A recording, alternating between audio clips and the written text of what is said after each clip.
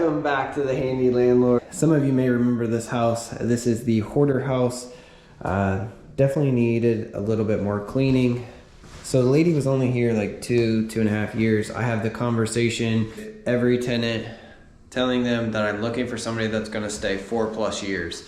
I had that same conversation. I understand that things happen in people's lives, but the lady just gave me story and story and story. This tenant left me with 2 months of unpaid rent and a water bill. I don't want to go into the water bill, but I ended up paying the water bill. I think it was like $300 or $400. So, you know, what do you guys do to collect that unpaid debt? Do you guys file it with the debt collection company? Do you go after them through the courts and you sue them? I'm just curious of what you guys do to collect that unpaid rent, the damages, and, you know, all of that. I'm just curious if you guys have any suggestions, put them down in the comments. Greatly appreciate everybody that watched the video, and back to the video. Yeah, this is a very nice place. She didn't leave it in terrible condition, but another hour and a half, and I would say that she left it in great condition. But unfortunately, there's just you know, a lot of little odds and ends. Now, I'm not saying this is bad by any means, but there's just a lot of odds and ends. There's, you know, drawers with stuff in them. I did find an instant holder, but for the most part, this place is not bad. There is some damage. So there's some change. You can see, I mean, the carpet is heavily trafficked right through there. I have already called my carpet guy. In the next couple of days, he is scheduled to be here, so I got to get all this touch-up painting done. Yeah, so he can come in, clean the carpet, and then I'm not working, you know, over top of freshly cleaned carpet. So here's the living room, you know, closet. It's just like, grab the hangers. I mean, it's not a big deal, but it's just like, man, just finish it. I can't stand TV mounts. I carry this socket set with this adapter right here, so I can put my sockets on there. Because this is a 10mm. Came in and the thermostat was not working, and it was really weird. There were some Panasonic batteries in it, and it was like, it was still reading that there was battery, but it was like kept flickering on and off. It was, all right, here's bedroom 1, not bad, just some hooks. There's, you know, TV mount, I'm assuming. Just some hangers. It's not bad at all. This place is not bad. Don't get me wrong. I just think another hour and you would have been good. Just stuff mounted on the walls. Just a quick punch. The problem is the tenant just didn't give any notice. She basically just called me and said, hey, I'm moving out.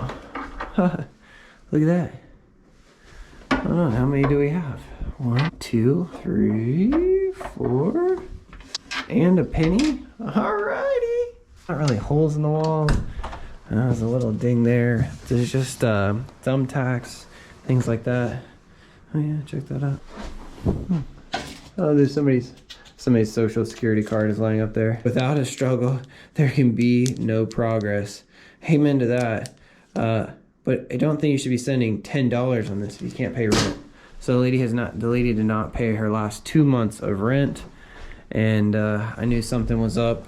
So main thing is getting the carpet cleaned. Hopefully it's all gonna clean out. I don't know how people break these tops. I truly do not understand it. I will never understand it. I mean, a lot of this stuff just kind of needs cleaned up. A paper towel holder is actually pretty nice. Got some love in here. I love how people put the kind of stuff in the bathroom. Love in the bathroom? Yeah, you might have been making some love on this thing right here to break that. Yeah, that probably is right. That goes very well with the top here. That's probably what happened. I'm putting it on there now. But I mean, the mirrors aren't broke. Yeah, I mean, I can't say too much. Definitely need some cleaning, but I just don't do this. Don't put these on here. These rust stains are like next to impossible to get out. Yeah, I mean another hour you would have cleaned this place out. Definitely spare no expense on the little accessories, but can't pay rent. So nothing in here. Really kind of struggled to pay rent. And the thing is that it was pretty below market. So I think I was renting this place for $900, and this is generally rent for $1,300, and I was renting her this place for $900. I don't know if she's lost her job, or I have no idea. But oh, that's pretty nice. I might actually take that home.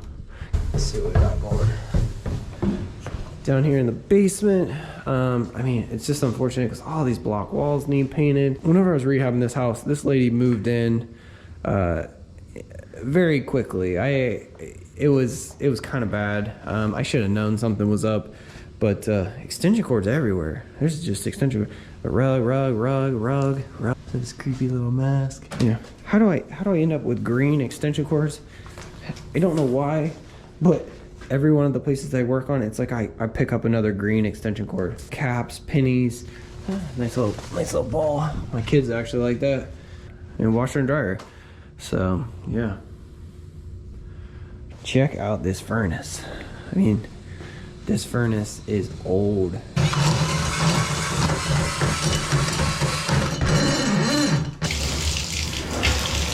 This is the best thing ever. This thing's called a Renty-Roo. It comes in super handy whenever you have to clean bathtubs. Believe it or not, there was no lock here, so I have no idea. But what I need to do is I need to put this door handle in there, and the hole is too small. So it has the old style. Many years ago, they were a lot smaller. You need this jig, a 1-inch hole saw, your door handle, and then a 2 1/8 hole saw. Has to be on a Milwaukee drill. A Ryobi drill will not get this done.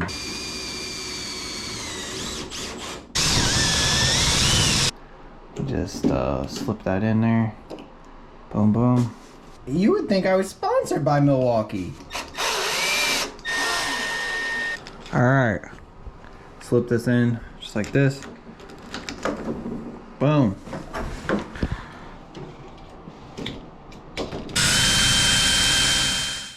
Stay as long as I wanted, but that's just how it goes.